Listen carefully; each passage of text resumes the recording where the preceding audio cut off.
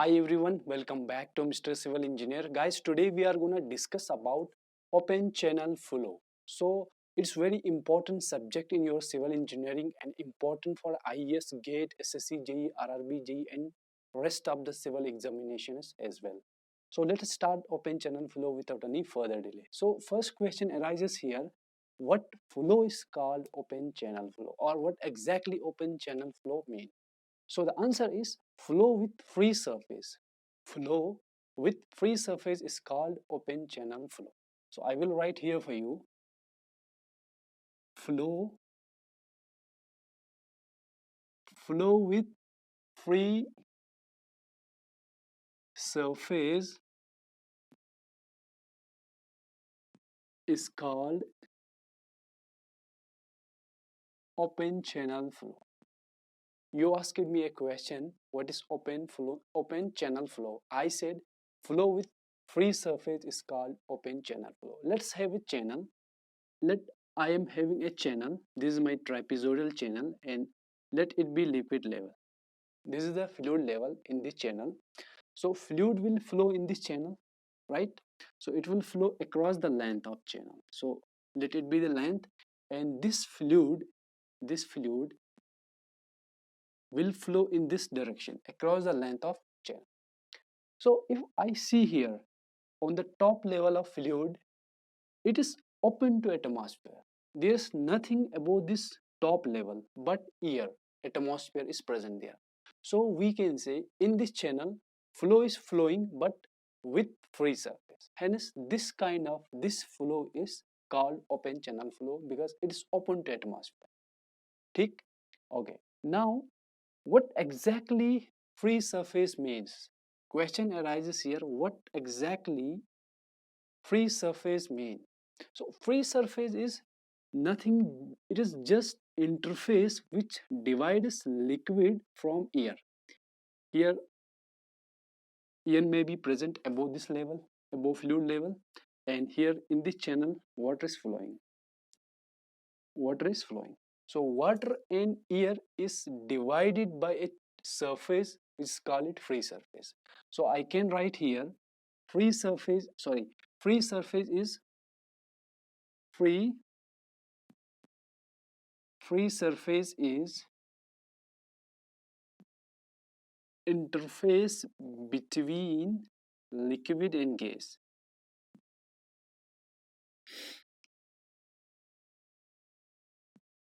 Liquid and air, I can say. This is my air and this is liquid. So free surface acts as an interface. It divides liquid from air. Second point, very important point, is that at free surface, shear stress, the value of shear stress tau equivalent to 0. So I will write tau equivalent to 0 at free surface. I'm just talking about free surface only, which lies just above this liquid level and just below the air. So free surface is a just isolated singular point where shear stress value tau equivalent to 0. That's it. That is more than sufficient. You have to remember these 2 points about free surface. It is the interface which divides liquid from air. Secondly, at free surface, shear stress is equivalent to 0. Below this free surface, there will be some value of shear stress because water need shear stress to flow. Without shear stress, fluid cannot flow, water cannot flow. So water needs shear stress to flow. But I'm just talking about free surface where value of tau is equivalent to 0. Right? Okay. Now we will move ahead. Let's talk about I said flow is flowing in this channel. Flow is occurring in this channel. But what causes fluid to flow? Or what components are present in fluid that promotes fluid to flow, right? So let's talk about that.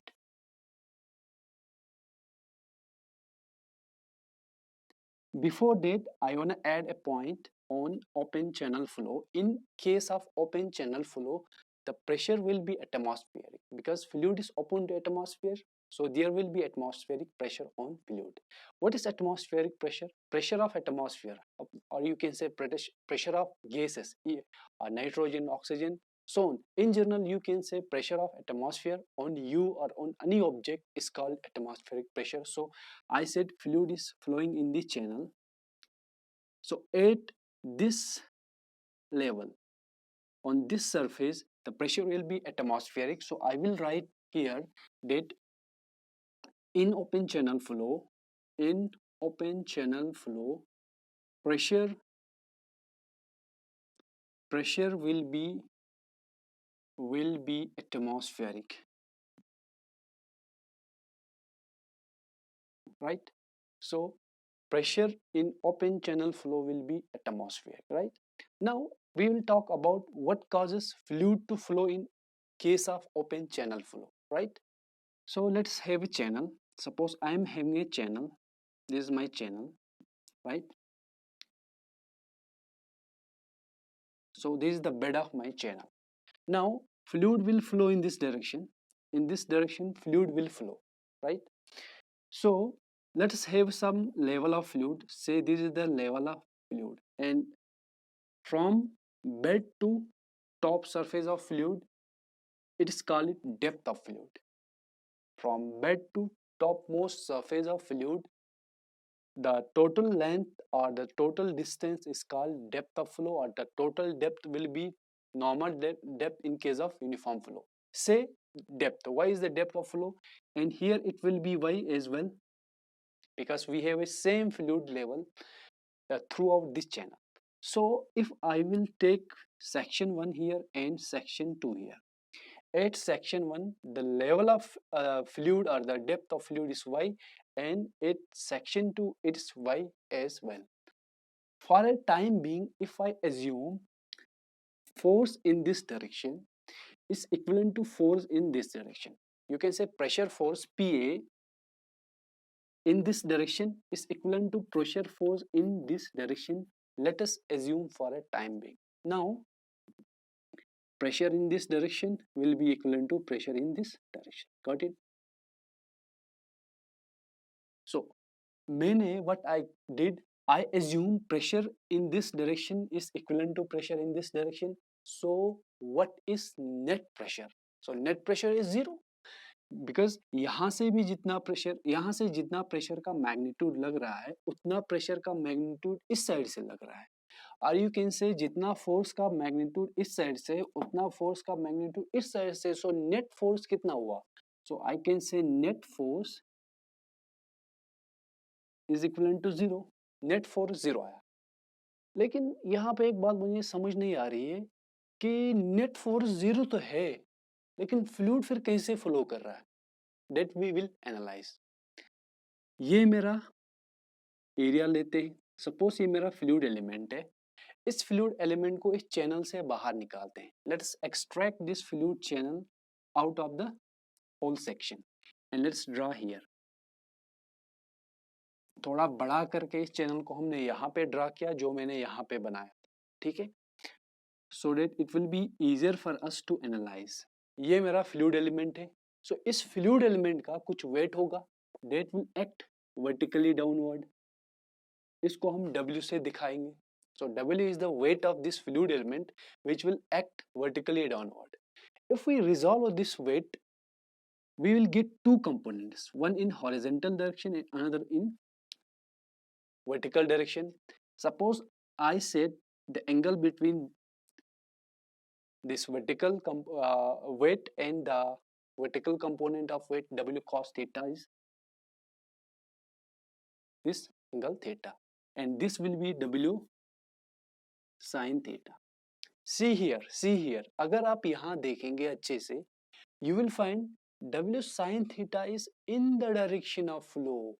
Direction of flow किस वे में है? ऊपर से नीचे की तरह है, तो उसी डायरेक्शन में W sin थीटा भी एक्ट कर रहा है. Hence W sin theta is promoting fluid to occur. Fluid को फ्लो करने में हेल्प कर रहा है W sin theta. And what is W sin theta? It is component of weight in horizontal direction. यहाँ से हमारा कंक्लूजन निकल के क्या आता है? यहाँ से एक तकड़ी बात निकल के आती है, वो तकड़ी बात क्या है? इन open channel flow gravity is main deriving force. main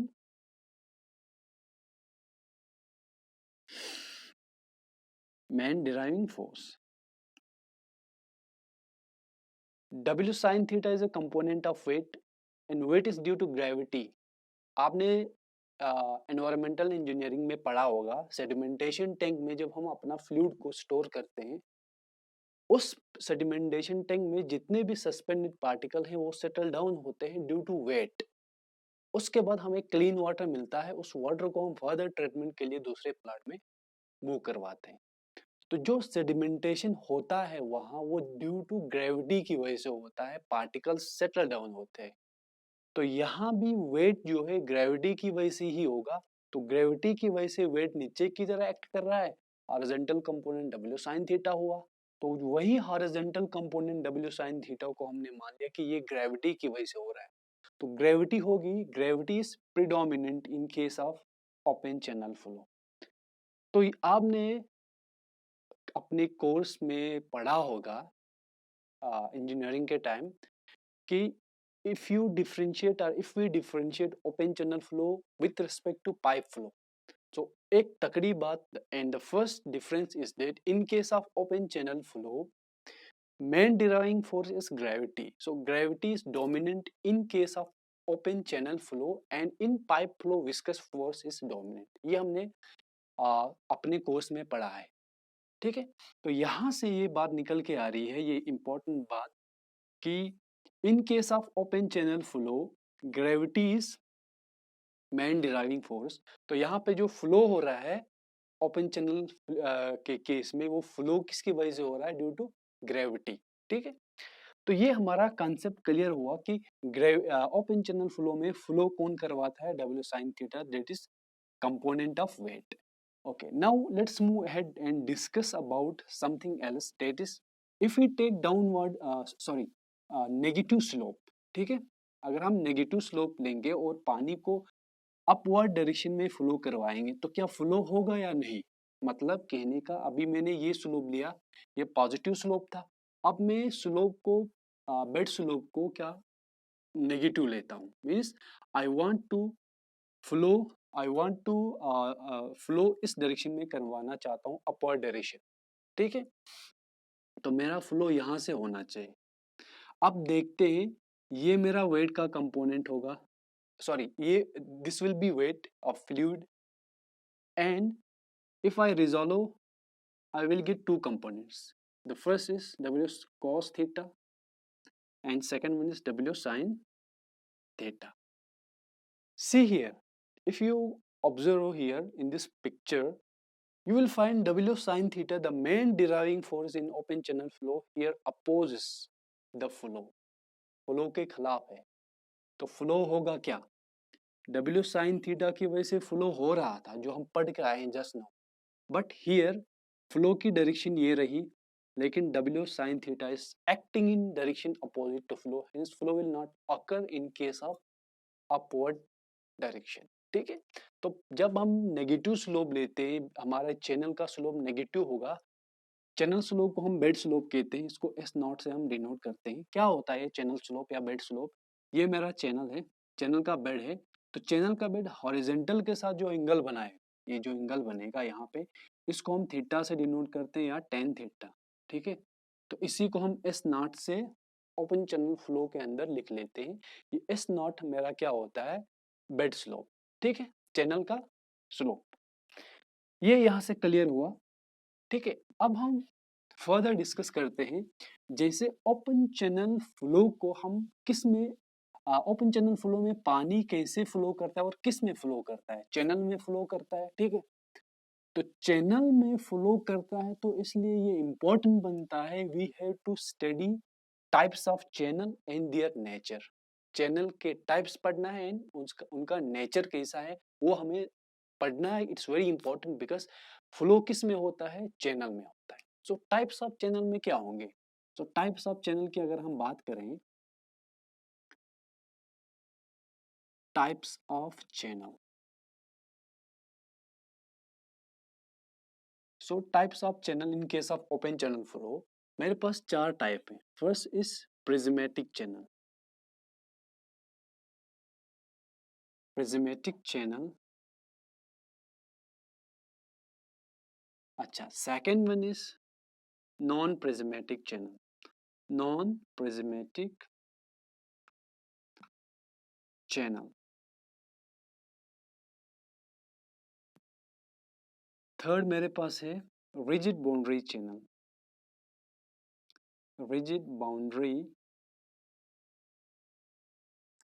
channel. And final one is mobile boundary channel. तो ये 4 तरह के इम्पोर्टेंट चैनल्स हैं जिनको हमें डील करना है. इनका नेचर क्या है, ठीक है, बहुत सारी बातें हम डील करेंगे. So let us go one by one explain each and every one type of channel, right. So पहले हम बात करेंगे, let us talk about first prismatic channel. What is prismatic channel? So prismatic channel is a type of channel, पहली बात, in which size, shape, bed slope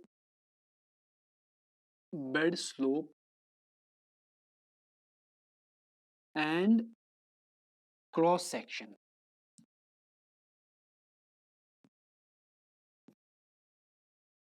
section of channel is constant. I said, I am gonna repeat my statement. I said prismatic channel is a channel in which size, shape, bed slope and cross section of channel is constant throughout the length of channel. Throughout the length of channel. So prismatic channel वो channel होते हैं जिनका shape, size, bed slope and cross section through out the length of channel constant होते हैं. तो एक example लेके समझते हैं. Suppose I am having a rectangular channel. ये मेरा रेक्टेंगुलर चैनल है. तो इस चैनल में पानी का लेवल मान के चलो यहाँ तक है. This is the liquid of level of fluid in rectangular channel. So अगर हम इसकी लेंथ की बात करें, फ्लो इस डायरेक्शन में होगा. Flow will occur in this direction in rectangular channel. Suppose I am taking a section here, let it be section 1, this will be section 2 and here we will take section 3. 3 section मैंने ले लिया, यहाँ पे एक, यहाँ पे और यहाँ पे. अगर मैं देखूं सेक्शन 1 पे तो मुझे जो क्रॉस सेक्शन मिलेगा वो बिल्कुल ऐसा मिलेगा, ठीक है. This cross section is similar to this cross section. बनाने में थोड़ी गलती हो गई होगी मुझसे, छोटा बड़ा हो गया होगा, बट मैं बता रहा हूँ सेक्शन 1 पे जो मेरा क्रॉस सेक्शन आएगा वो मैच करेगा इस क्रॉस सेक्शन से, एंड सेक्शन 2 पे जो मेरा क्रॉस सेक्शन आएगा वो सिमिलर होगा सेक्शन 1 के. एंड ये तीनों सेक्शन पे मुझे जो क्रॉस सेक्शन मिलेगा चैनल का सेम मिलेगा. इसका मतलब हुआ कि इस चैनल के लेंथ के क्रॉस सारे जो क्रॉस सेक्शन है वो सेम है. तो hence channel will be prismatic, ठीक है. अगर हम शेप की बात करें तो शेप भी तीनों का सेम दिख रहा है, ठीक है. और साइज भी क्या होगा, साइज भी बराबर है.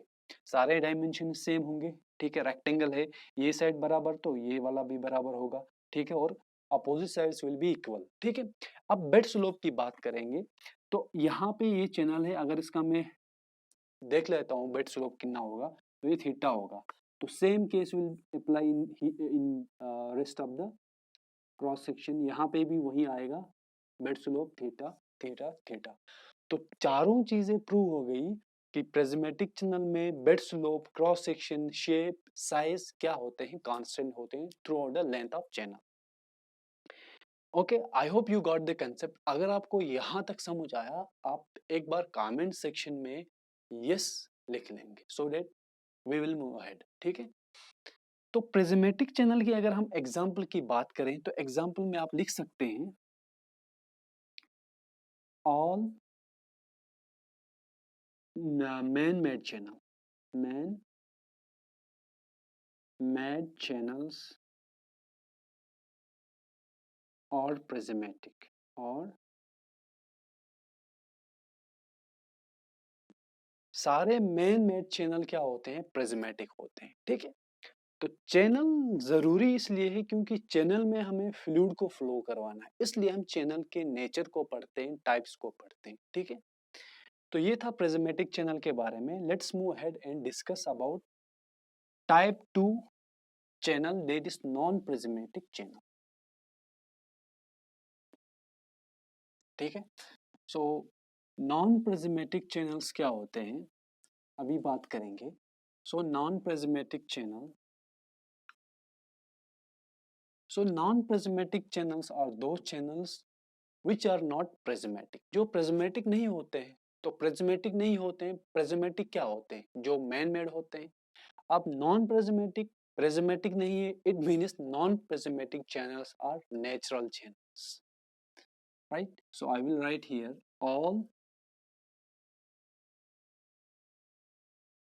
all natural channels or non prismatic,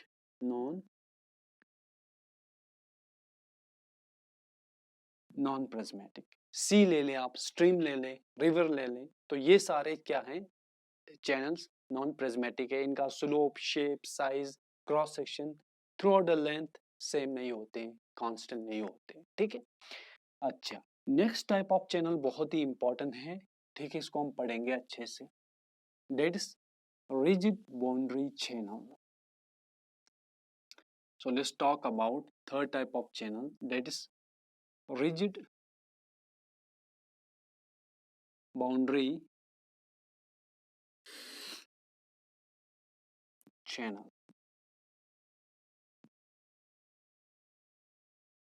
so rigid boundary channel क्या होते हैं, रिजिड मीन्स बहुत ही हार्ड। ठीक है, बाउंड्री चैनल वो चैनल जिनकी बाउंड्री बहुत रिजिड होती है, और आई कैन से रिजिड बाउंड्री चैनल्स और दो channels whose boundary is non-deformable, right? Channels having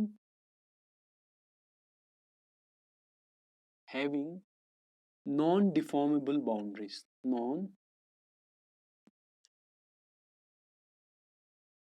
non-deformable boundaries,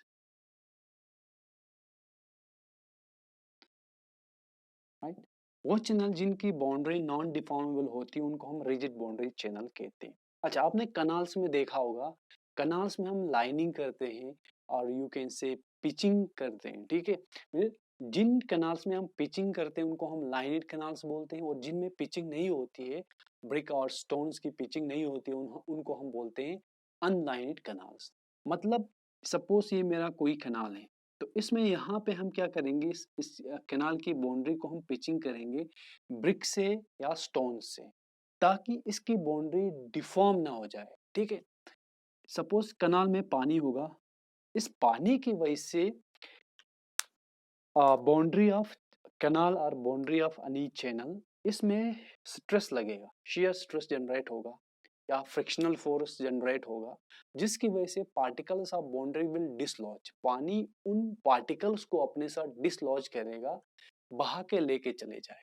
ठीक है, उसको रोकने के लिए हम क्या करते हैं, यहाँ पे लाइनिंग करते हैं। लाइनिंग का मतलब होता है एक किस्म की लेयर चढ़ाते हैं कैनाल्स पे, ठीक है, ब्रिक्स की और स्टोन्स की, सो डेट इसकी बाउंड्री बच सके। अब नॉन नॉन लाइनिड कैनाल्स और अनलाइनिड कैनाल्स क्या होते हैं, जिनमें लाइनिंग नहीं की जाती है ब्रिक्स और स्टोन्स की, ये भी मेरे नॉन डिफॉर्मेबल हो सकते हैं। बट सिचुएशन क्या है, देखो एक इम्पॉर्टेंट पॉइंट है यहाँ पे, इसको समझ के चलना। अनलाइनिड कैनाल की हमने बात की, अनलाइनिड कैनाल्स में क्या होता है, पिचिंग नहीं होती, ब्रिक्स और स्टोन्स की पिचिंग नहीं होती है, ठीक है। अब यहाँ पे पानी फ्लो करेगा अनलाइनड कैनाल में। जब पानी फ्लो करेगा, मैंने अभी बताया, जब पानी फ्लो करेगा तो सरफेस बाउंड्री से कुछ पार्टिकल्स को डिसलॉज करेगा, पानी बहा के ले जाएगा पार्टिकल्स को।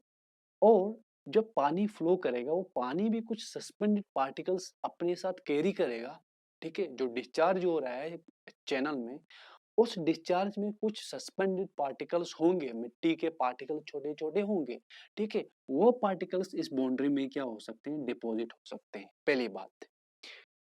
दूसरी बात, पानी की वजह से पार्टिकल्स डिसलॉज हो रहे हैं सरफेस से, मतलब सरफेस का एरोजन हो रहा है, ठीक है। अगर एरोजन इक्वलेंट टू डिपोजिशन होगा,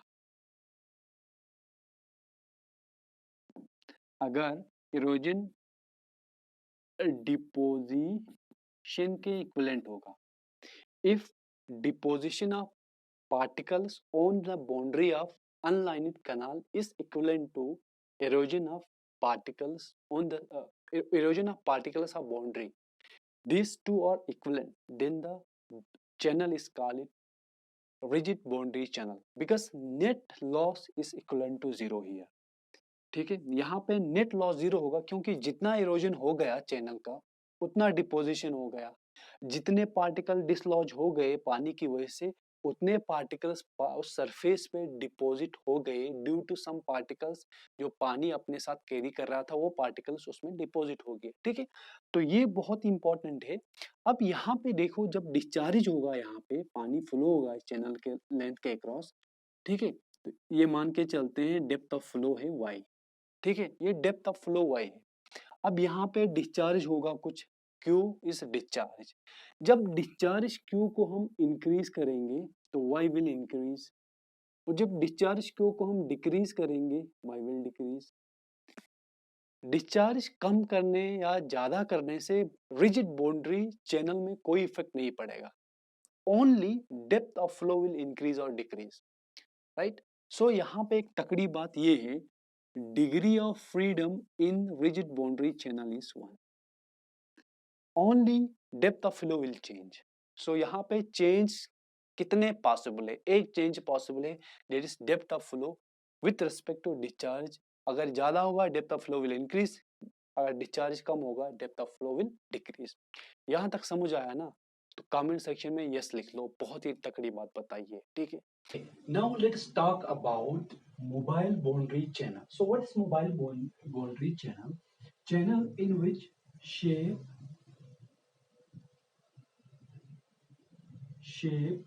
size, bed slope and layout, ये सारे चेंज होते हैं, ठीक है। शेप भी चेंज होता है, सपोज इनिशियली कुछ ऐसा शेप था मेरे चैनल का, ठीक है, तो इसका शेप कुछ ऐसा हुआ, कुछ शेप ऐसा हुआ। साइज की बात करें, इनिशियली मेरा साइज ऐसा था, फिर आफ्टर सम टाइम कुछ कारण की वजह से साइज भी चेंज हो गया। स्लोप की बात करें, इनिशियली स्लोप ऐसा था, अब स्लोप नेगेटिव हो गया, ठीक है, अब स्लोप नेगेटिव हो गया, ठीक है। पहले पॉजिटिव स्लोप था, डाउनवर्ड स्लोप था, फिर अपवर्ड स्लोप हो गया, तो स्लोप चेंज हो रहा है ना यहाँ पे। एंड लेआउट, पहले फ्लो इस तरह चल रहा था, फिर कुछ कारण की वजह से मियंडरिंग हो गई, ठीक है, मियंडरिंग हो गई। तो मियंडरिंग के कारण फ्लो की डायरेक्शन चेंज हो गई, पहले सीधे चल रहा था, फिर वेव के फॉर्म में चलने लगा। So in case of mobile boundary channel, shape will change, size, bed slope and layout, ये चार चीजें चेंज हो जाते हैं। तो यहां से क्या मैं लिख सकता हूं, डिग्री ऑफ फ्रीडम इज 4, चार चीजें चेंज हो जाती है। अगर ये डिस्चार्ज कैरी करेंगे तो कुछ कारण की वजह से ये सारी चारों shape, size, bed slope and layout, they all will change in case of mobile boundary channel. So ये थी हमारी कहानी किसकी, टाइप्स ऑफ चैनल्स की। तो टाइप्स ऑफ चैनल हमने पढ़ लिया। Now we will move ahead and discuss very important topic, that is types of flow in open channel flow.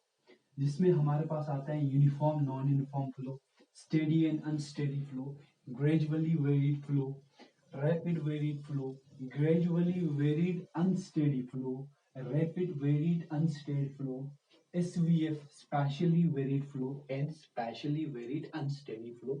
ये नंबर ऑफ हमारे पास फ्लो आते हैं। देखो मैंने आपसे क्या कहा, हमने चैनल क्यों पढ़ा? चैनल इसलिए इंपॉर्टेंट है कि फ्लो चैनल में हम करवा रहे हैं, ठीक है। हमारे पास बहुत सारे टाइप के चैनल है, रेक्टेंगुलर चैनल हो सकते हैं हमारे पास, ट्रैपेजोइडल चैनल हो सकते हैं हमारे पास, सर्कुलर चैनल हो सकते हैं हमारे पास, सेमी सर्कुलर चैनल हो सकते हैं हमारे पास, और ट्राइंगुलर चैनल हमारे पास हो सकते हैं। तो ये सारे चैनल है, इसमें हम अपना फ्लो करवाते हैं। तो सपोज आपको प्यास लगी है, you want water, you want have water, so आप गिलास में पानी लेंगे, ठीक है। एक तरीका होता है ना, ठीक है। इसी तरह जब फ्लो करवाएंगे हम, फ्लो चैनल में करवाएंगे। तो चैनल इज ए कैरियर जिसमें हम फ्लो करवाते हैं, ठीक है। अच्छा, अब टाइप्स ऑफ फ्लो की बात करते हैं यहाँ पे, जो बहुत ही इंपॉर्टेंट है, ठीक है। तो टाइप्स ऑफ चैनल हेडिंग डालते हैं सबसे पहले यहाँ पे, types of flow. Types of flow हमने हेडिंग डाला, तो टाइप्स ऑफ फ्लो में पहले बात करते हैं steady flow and unsteady. Steady flow and unsteady flow.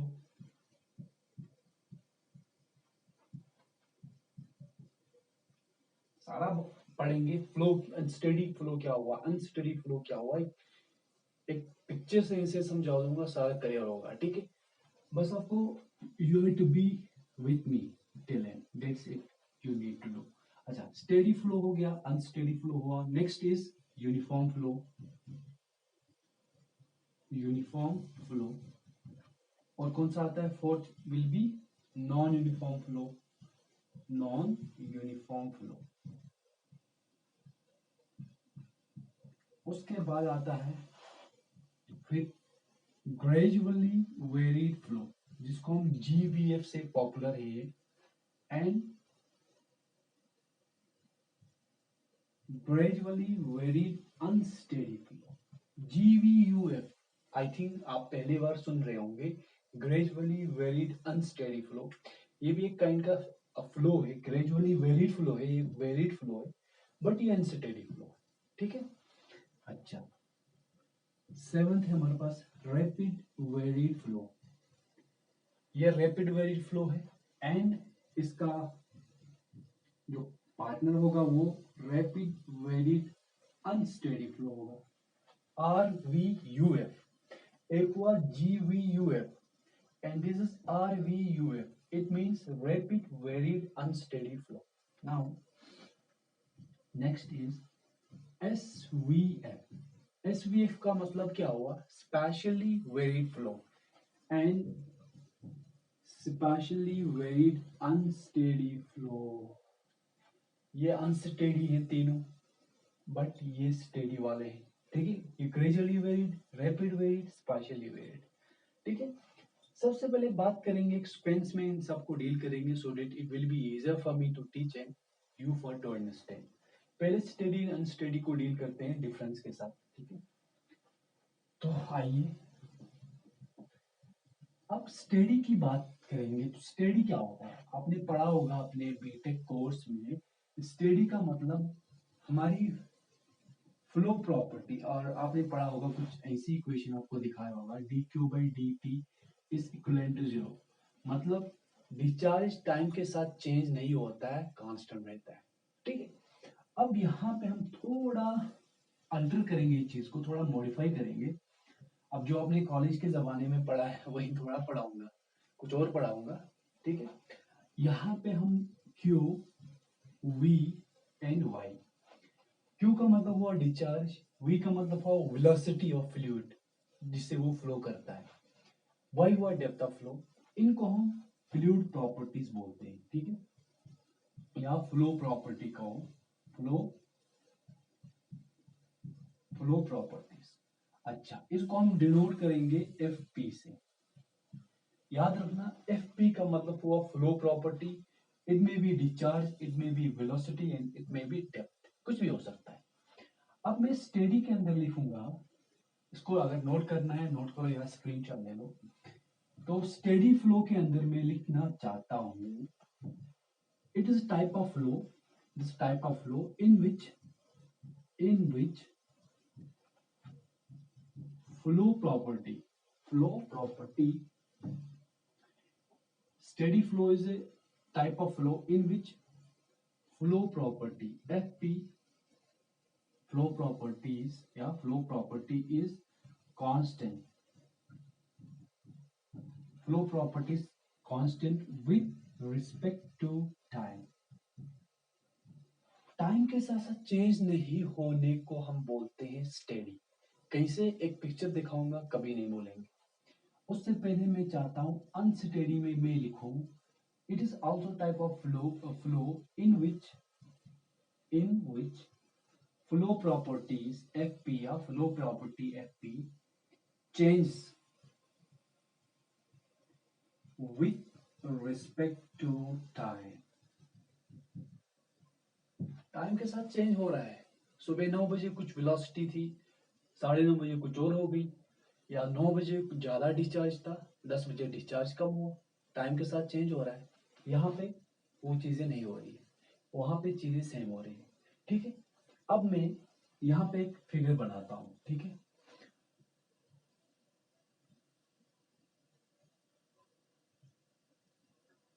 Suppose ये मेरा कोई चैनल है, यहाँ पे मैंने क्यू इन लिखा। क्यू इन का मतलब यहाँ से मैं कुछ डिस्चार्ज ऐड कर रहा हूं, ठीक है, और यहाँ से कुछ डिस्चार्ज निकल रहा है, Q out. I will repeat my statement. I said I'm adding some discharge and some discharging is draining out. Let Q in equivalent to Q out. Discharge out is equivalent to discharge in. The discharge output is equivalent to input discharge. यहाँ पे जितना output में discharge मुझे मिल रहा है वो input के बराबर है, मतलब जितना मैं यहाँ से डिस्चार्ज ऐड कर रहा हूँ उतना बाहर निकल रहा है। मतलब कहने का सीधा सीधा ये है कि level will be constant, level change नहीं होगा, ये लेवल कांस्टेंट होगा। तो यहाँ पे फ्लूइड का, पानी का लेवल कांस्टेंट रहेगा, कि मैं जितना ऐड कर रहा हूँ उतना तो निकल रहा है ना, एक इक्विलिब्रियम यहाँ पे क्रिएट हो गया है किस्म का। ठीक है, 11 की बात हो गई। ठीक है, अब यहाँ पे फ्लूइड है तो ये कुछ हेड होगा, सपोज एक पॉइंट लेते हैं यहाँ पे, ये मेरा कोई पॉइंट है, पॉइंट ए मान लो, ये पॉइंट ए है। तो पॉइंट ए के कॉरस्पॉन्डिंग ये यहाँ से पानी गिरेगा। देखो पानी कुछ हाइट पे है, सपोज ये हेड है, H capital H is a head, तो पानी कुछ हाइट पे है ना। तो जब पानी कुछ हाइट पे है तो भैया उसके पास पोटेंशियल एनर्जी होगी mgh। तो ये उस पोटेंशियल एनर्जी से ड्रॉप करेगा, पोटेंशियल एनर्जी कन्वर्ट होगी काइनेटिक एनर्जी में, पानी वेलोसिटी v से फ्लो करना शुरू करेगा। तो यहाँ से सीधी सीधी बात ये है कि यहाँ से पानी गिरा, काइनेटिक एनर्जी अचीव की, आगे फ्लो कर रहा है। मान लो मैंने सुबह के 10 बजे आइज क्लोज किए, उसके बाद मैंने तुरंत आई ओपनड, मुझे यहाँ पे पॉइंट ए पे मुझे वेलोसिटी v दिखी। सुबह 10 बजे मुझे आंख खोलने के बाद मैंने इस पॉइंट पे देखा, पॉइंट ए पे, तो मुझे वेलोसिटी v दिखी। फिर मैंने आंखें बंद की 11 बजे और आंखें मैंने खोल दिया, तो फिर भी मुझे वही वाली v दिखी जो 10 बजे दिखी थी। तो v क्या है? वेलोसिटी। वेलोसिटी क्या है? Property of flow. तो property of flow same same है, मतलब प्रॉपर्टी ऑफ फ्लो कांस्टेंट है। तो क्या हुआ? सीधा सीधा स्टेडी फ्लो, जिसमें हमने लिखा था in which fluid properties constant with respect to time. Time के साथ फ्लूइड की प्रॉपर्टी चाहे डिस्चार्ज हो, वेलोसिटी हो, वो चेंज नहीं होते। तो यहाँ पे चेंज हुआ कि नहीं हुआ? चेंज नहीं हुआ। वेलोसिटी जो 10 बजे दिखी थी वही 11 बजे दिखने लगी। ठीक है, ये बात हुई। तो यहाँ पे मैं स्टेडी फ्लो के केस में लिखना चाहता हूं dfp divide by dt is equal to 0। तो फ्लूइड के प्रॉपर्टी चाहे डिस्चार्ज हो चाहे वेलोसिटी हो, ये टाइम के साथ चेंज नहीं हो रहे, इसीलिए dft by dt is equal to 0। अगर डिस्चार्ज की बात करें, जितना डिस्चार्ज यहाँ पे मैं ऐड करूंगा उतना चार्ज डिस्चार्ज निकल रहा है, तो मुझे constantly same discharge every instant of time मुझे ऐड करते जाना है।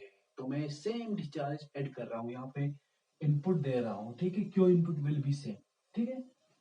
अगर मैंने सपोज क्यू इनपुट मैंने दे दिया 5 मीटर क्यूब पर सेकेंड किसी इंस्टेंट पे, तो वो 5 मीटर क्यूब पर सेकेंड निकल गया।